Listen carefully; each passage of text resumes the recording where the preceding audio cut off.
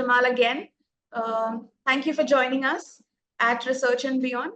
Um, Today's topic will be about the future of open access and what are we expecting for it to be a sustainable publishing model, right? So open access, as we all know, is where academic research is freely available to the public online, and it can be traced back to the Budapest Open Access Initiative, the BOAI, in 2002, which called for the establishment of an alternative system for scholarly publishing that would remove barriers to access.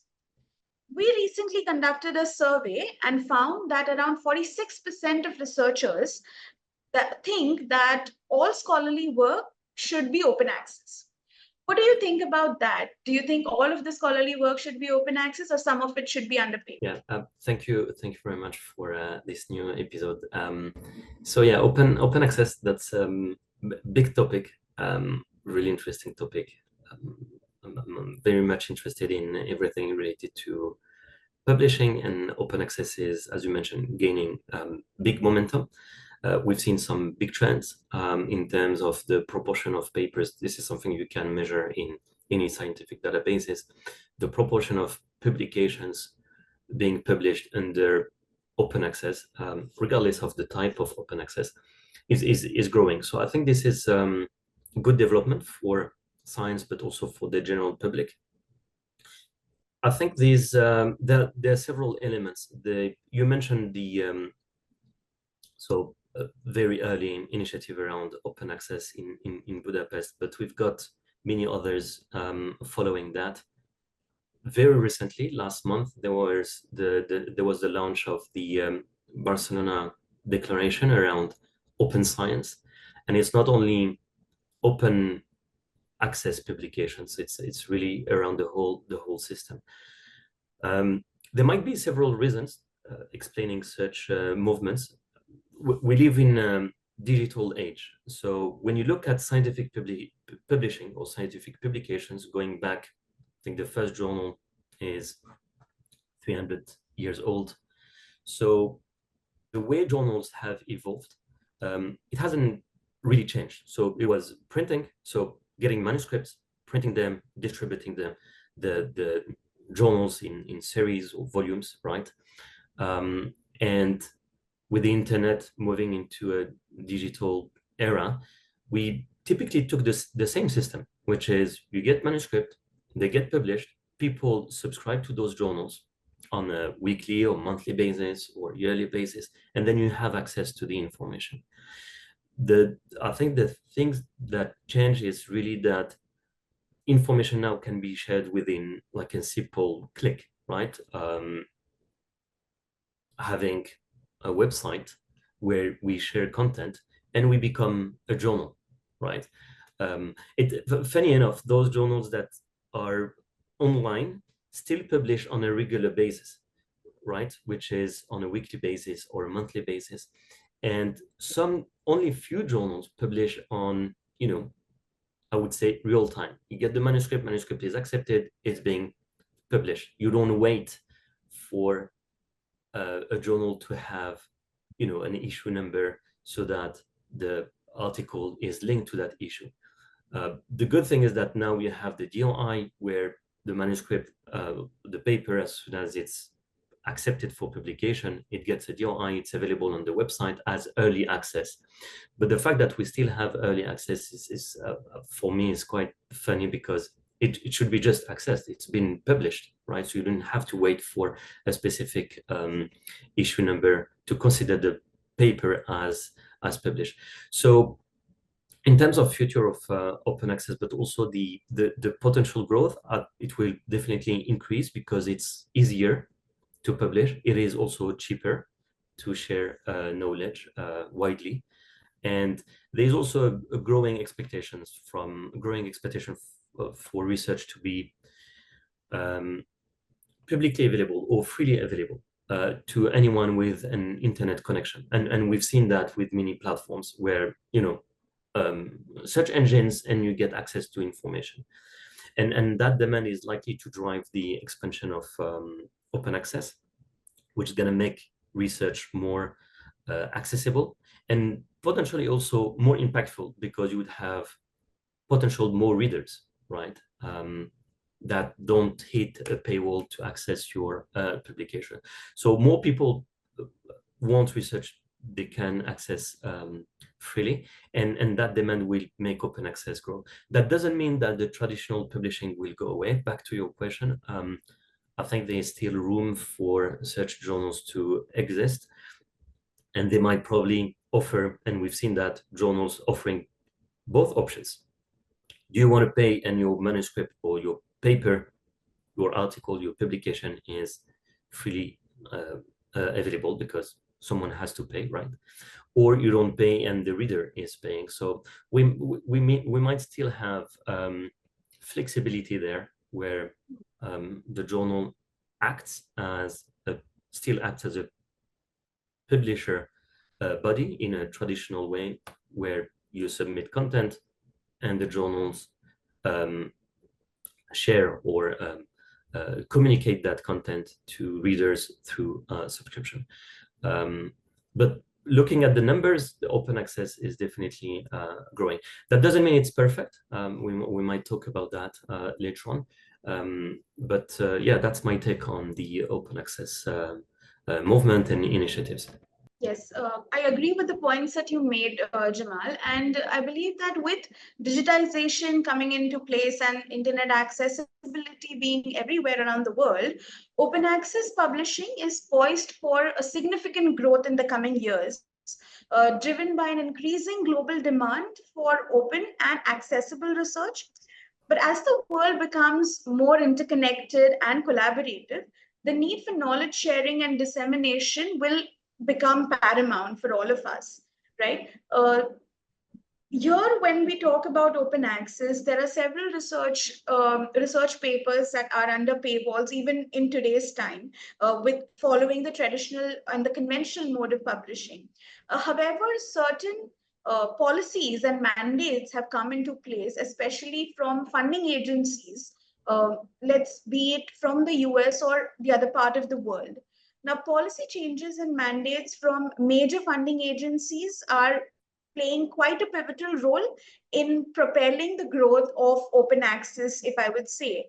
Like, I think in 2022, the United States White House's Office of Science and Technology came out with a policy mandating that federally funded researcher be published with green or gold open access by 2026.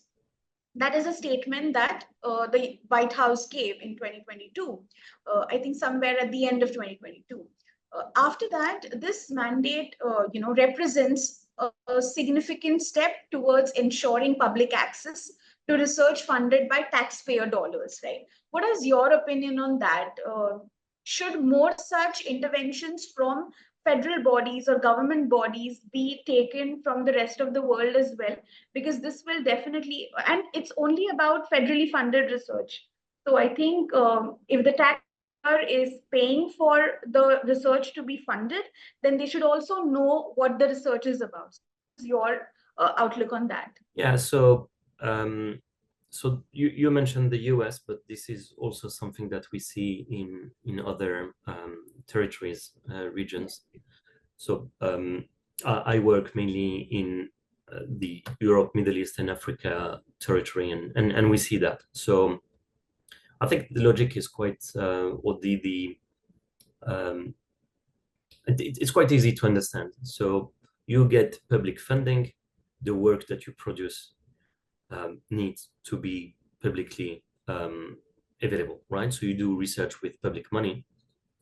The public or general public needs to be able to should be able to read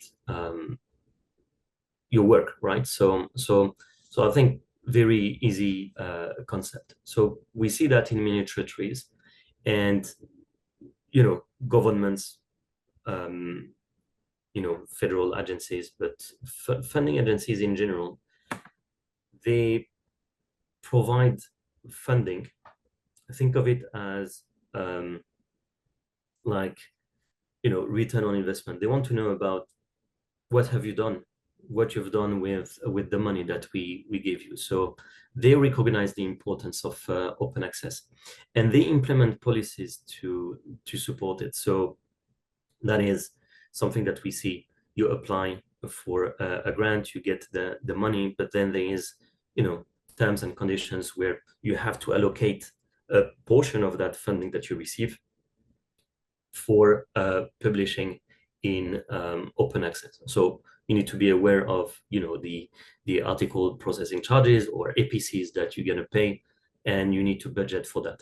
And I think even before getting the funding, you need to budget that, where you ask for a certain amount.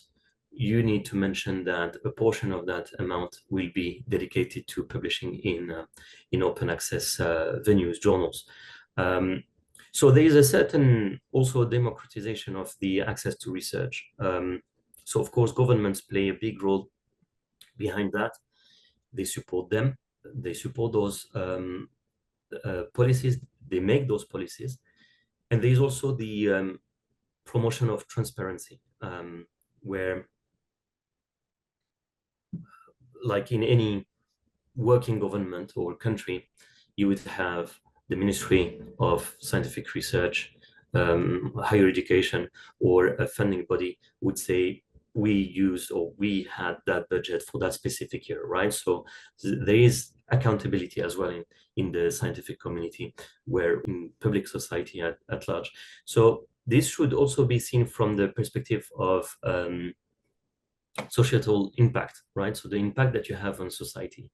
A funder or a government or a country in general funds activities for the well-being of its citizens, right? So this is also something that they want to have visibility on, they want to track, they want to monitor. And if you work on local societal issues, but the general public cannot access your work, what's the point of doing that research, right? So you try to address some issues in your society, some local problems, but then your paper itself, the result of your work, can only be accessed by people who subscribe to the journal that you publish in. So there's, like, I would say, something broken in the loop, right, in the communication of your own work. So yeah, I think it's not only public money. We see funding as well, funding agencies, private funding agencies, also having those policies where the papers, the projects you work on should be made public somehow. And open access is one way of doing that. Sure thing there. And, as you mentioned, similar initiatives are being implemented by funding agencies and government bodies across the world, reflecting a global consensus on the importance of open access and accessible research altogether. And speaking of the European countries, I think somewhere in 2021, in the United Kingdom as well, it mandated with its research excellence framework that open access should be mandated for journal articles and conference proceedings, typically.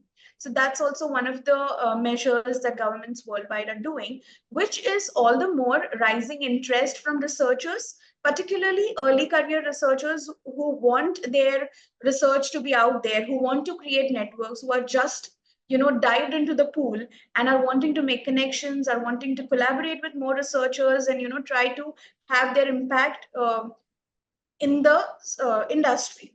So again, speaking of this survey that we conducted, we saw that there is a predominantly positive outlook on open science, emphasizing global visibility of around 65% of the respondents. And they also mentioned that it also increases their citations, okay, by around 30 to 40% if they publish in an open science journal.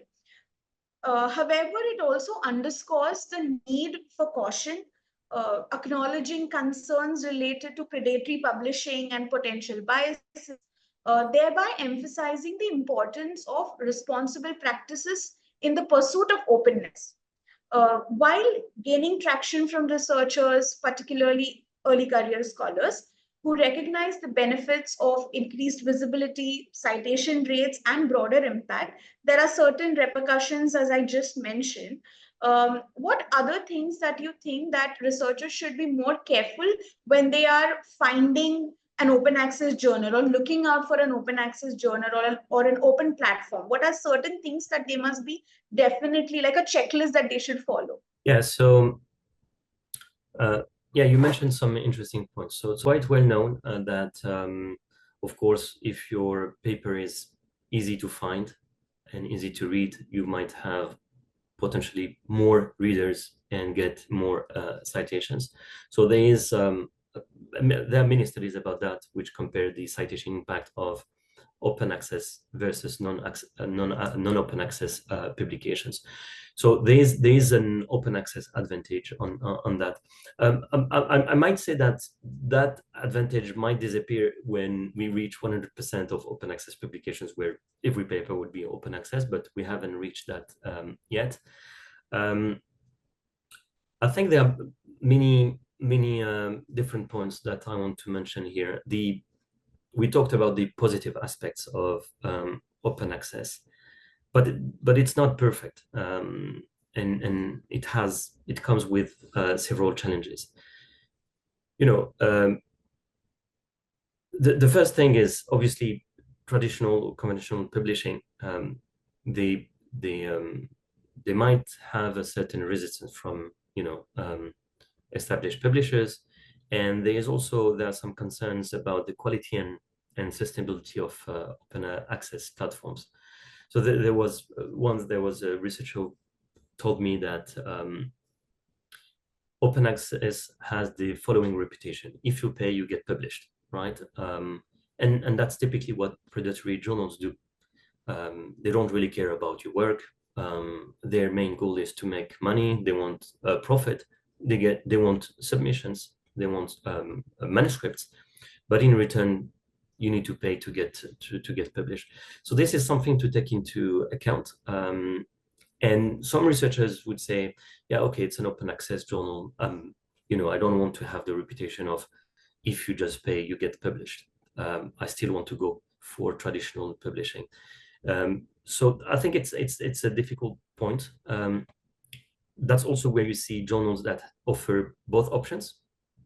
You pay, your manuscript is open access. You cannot pay, or you don't want to pay, your paper will be accessed through subscription or paywall, right?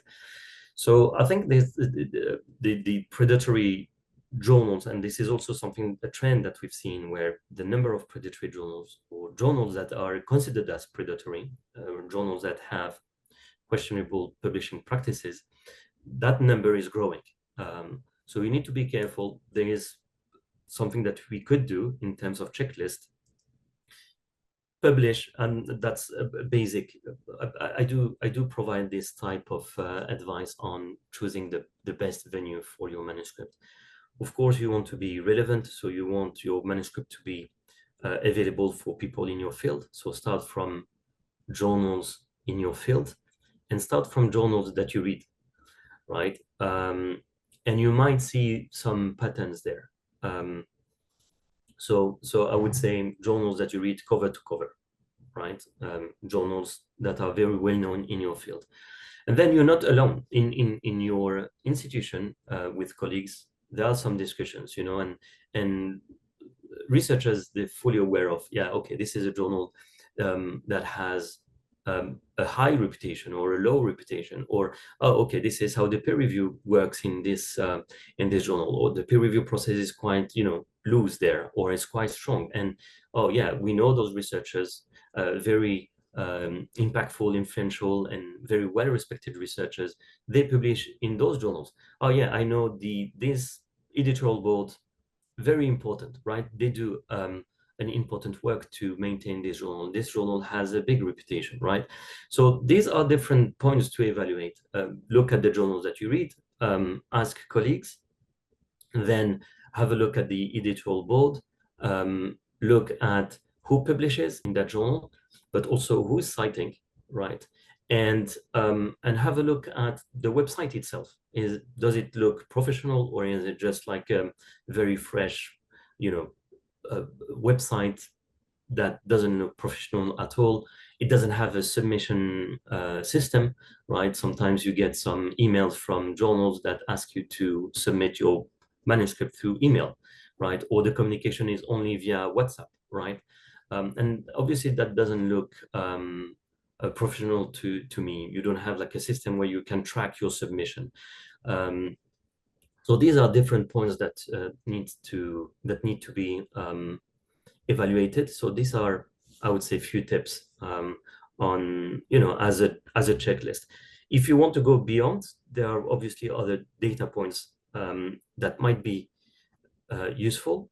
Something that I also like is the question, is that journal indexed in major databases like the Web of Science?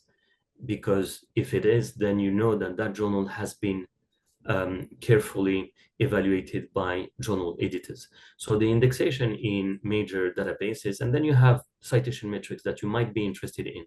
So obviously a journal that is not indexed will not have an impact factor, for example, and it would be difficult to compare journals to journals based on citation metrics or citation indicators. But these are additional elements that can be useful in trying to get a better idea of the journal. And you would do that, especially when you know nothing about the journal.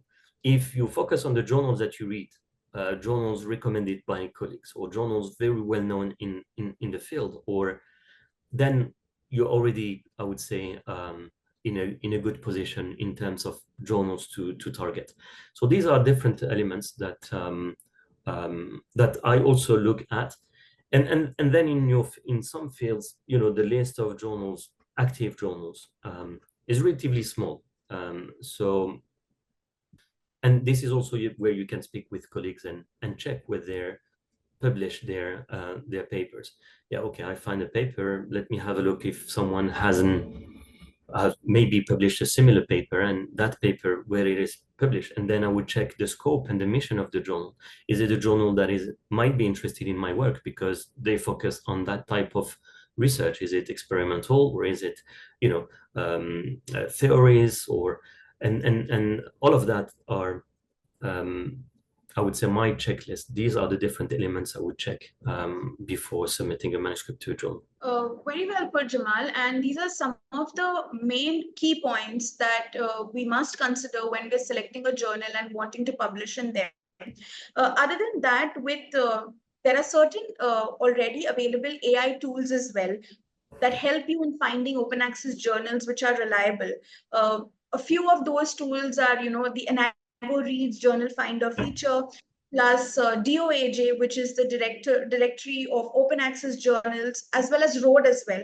So these tools also is something that researchers quick on time can, select their subject matter expertise and, the discipline that they would want to publish in, the kind of impact factor that they're looking for. All of these information is readily available on such tools.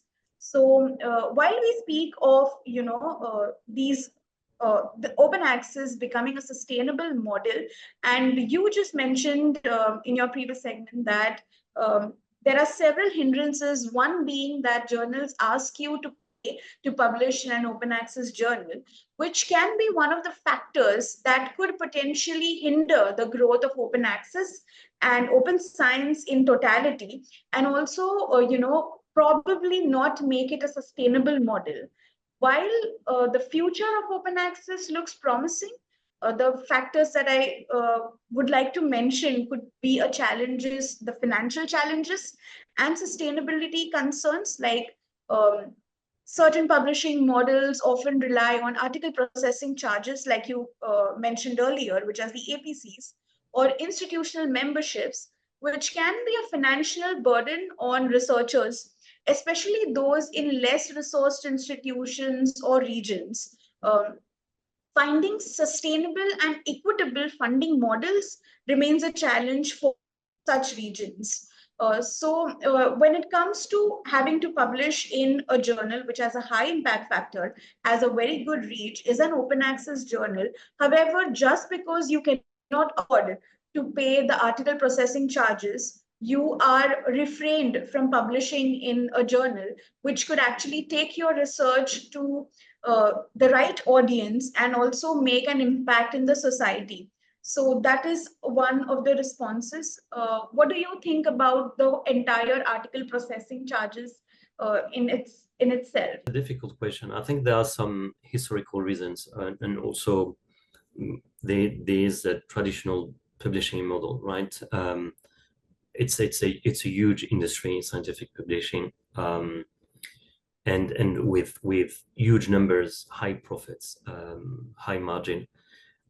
Uh, my point is that we need the right funding models to sustain open access publishing. So as you mentioned, in general, you need to pay APCs, article processing charges, to publish in open access. So that's a common source of revenue for journals and publishers. But these can represent financial barriers. So you mentioned people, researchers with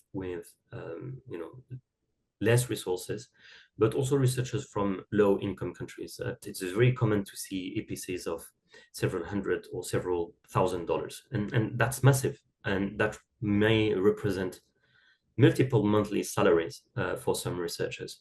So, and sometimes you mentioned, it's very well known that publish or perish. You don't publish, then you don't get your PhD, or you don't get your promotion, right?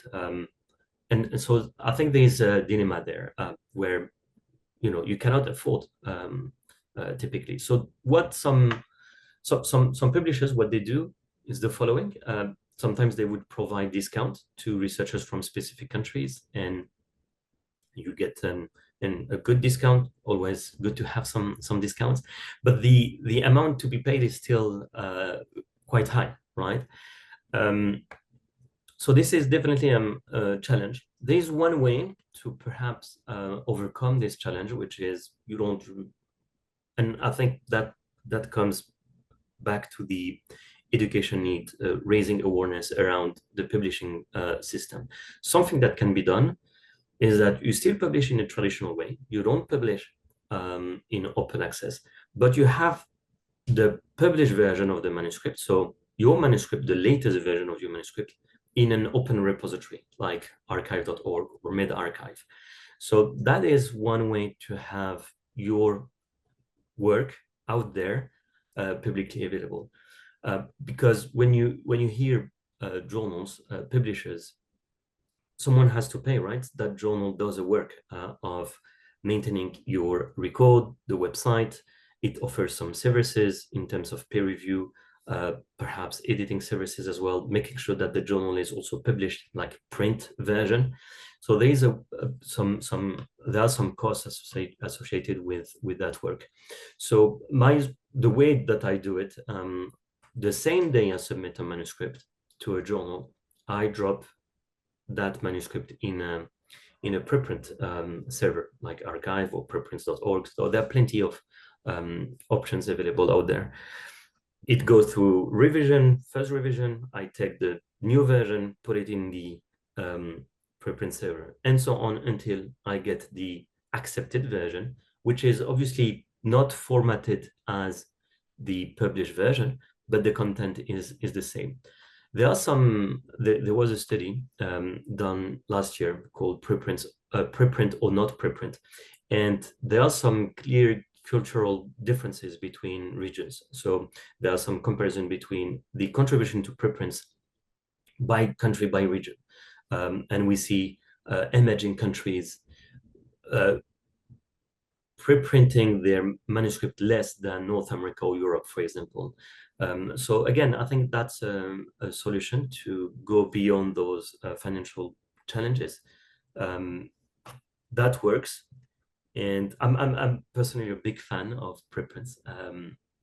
This is something that I like a lot because I do believe the traditional or the scientific publishing process is quite I wouldn't say broken, but it is expensive, slow. And in some fields, that's fine because your work can wait.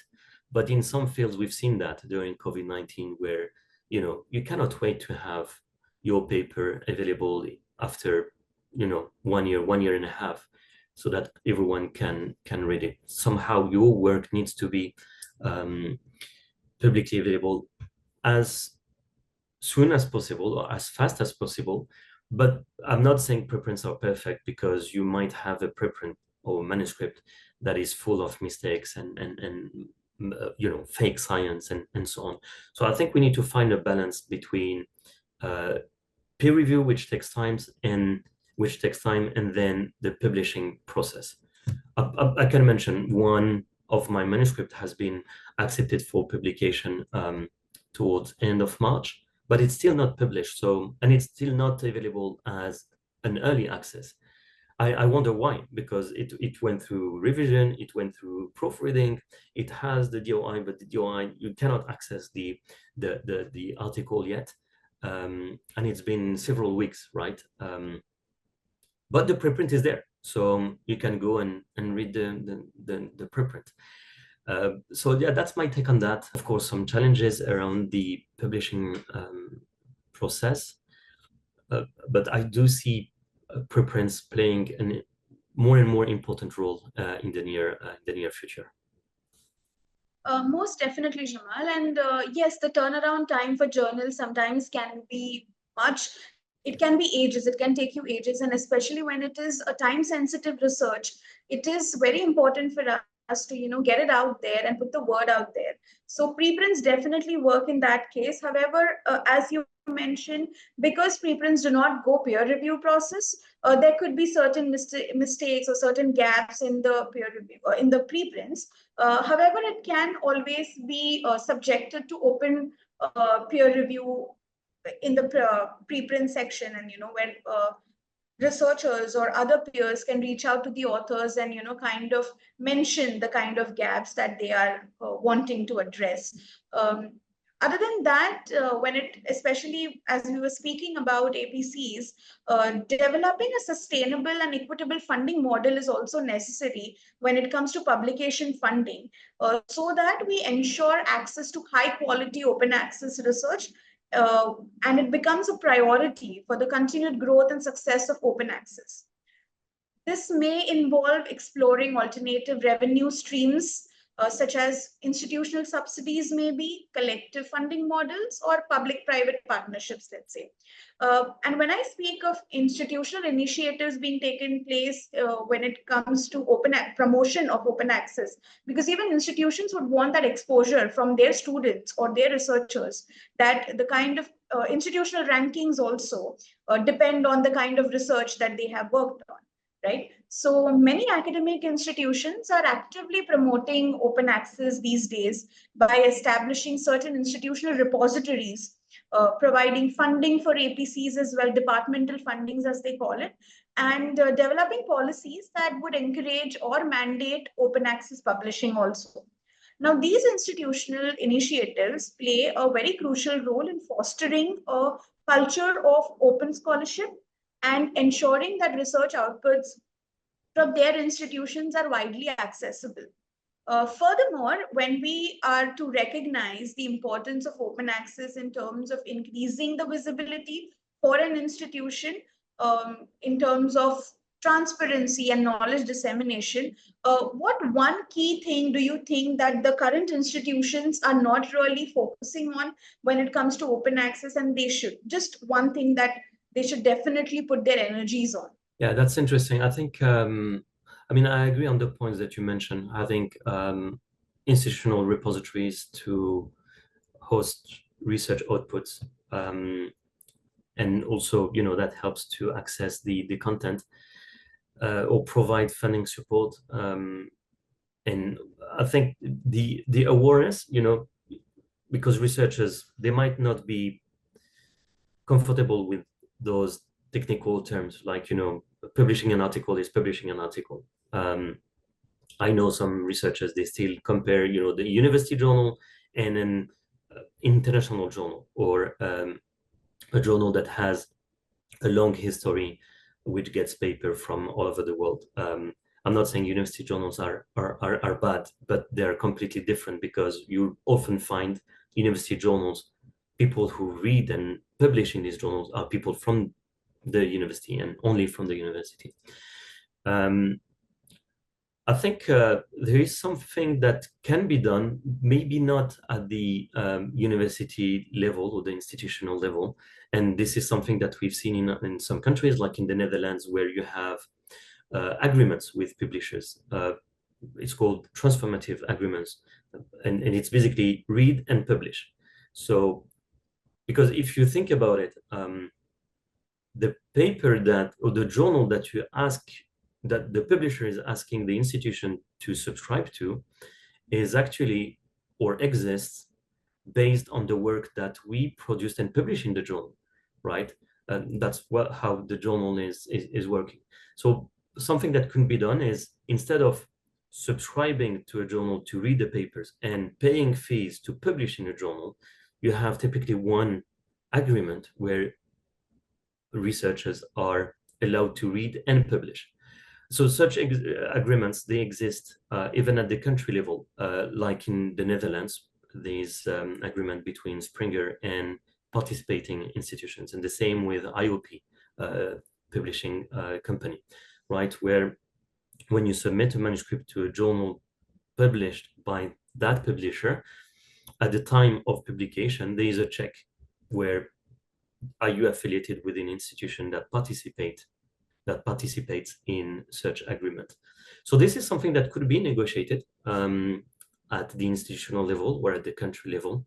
If you take a huge country like India with so many researchers, right, so many research institutions, they subscribe to so many journals, but at the same time, researchers, they have, or librarians, they have to subscribe to journals so that researchers can read even the papers they published. There might be some work to be done, and might be done already. So I think that requires some collective efforts, because it's always easier to negotiate with publishers where you have a mass and not just like one single institution or a single department. So this is something that could be done. On top of that, really educating the researchers, especially master students, PhD candidates, on how scientific publishing works. And I think that also comes back to how research is done. We know that, very often the PhD students will publish where the supervisors or the professors in the department or in the lab are publishing, right? So I think there's a whole culture to work on, and that goes through awareness. We see some institutions doing that. I do that myself. We do that in terms of publishing workshops. Companies like Enago as well. You mentioned a tool where you can find journals. We also provide a similar tool. You put your title, abstract, you get a list of journals. So all of that, you need to raise awareness about those tools that exist. And, conversations that we have right now, like podcasts like this, help to raise awareness across, academies, institutional academies, learning centers. Librarians have a big role to play. It's not just people who manage collections and subscription and, borrowing books. They're real information specialists. So people who you can ask and consult about where to publish your paper in the best possible way. So yeah, there's a lot of education to be done and awareness to be raised, and I think altogether we can achieve, I would say, or contribute to a better science system. Yes, absolutely, Jamal. And now, as we are nearing the end of this podcast as well, I would like to address one of the most important point at the end, and we can quickly wrap this up. That is the integration of open access and AI. That is raising a lot of ethical and legal considerations, such as issues related to data privacy, intellectual property rights, and the potential misuse of AI technologies. Now, addressing these challenges could be crucial for leveraging the synergies between open access and AI in a very responsible and equitable manner. Could you quickly just address this point? Yeah, so I think I see AI generation tools as tools that have the potential to help, or the potential to reduce costs and streamline processes.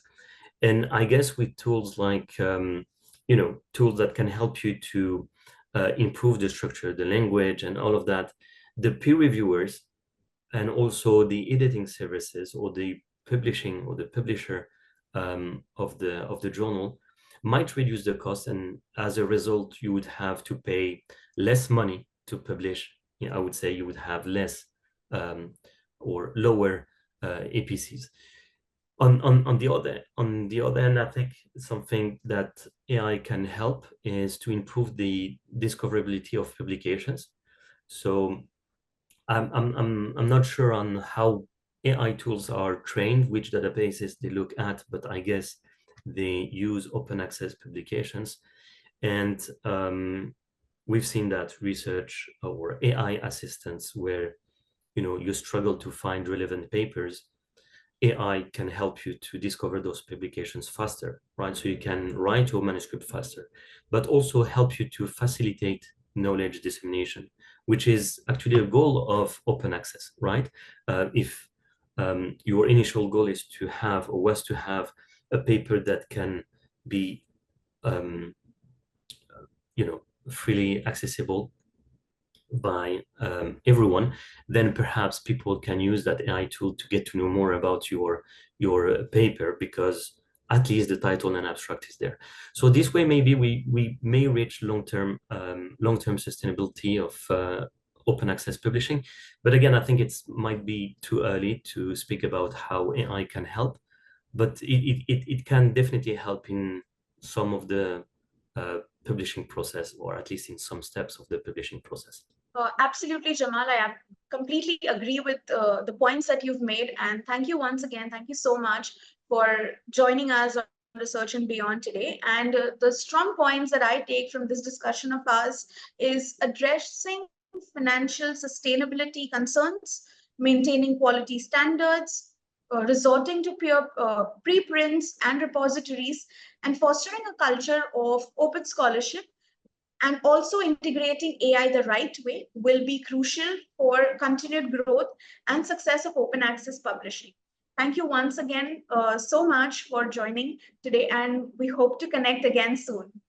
You're most welcome. Thank you very much. Thank you so much.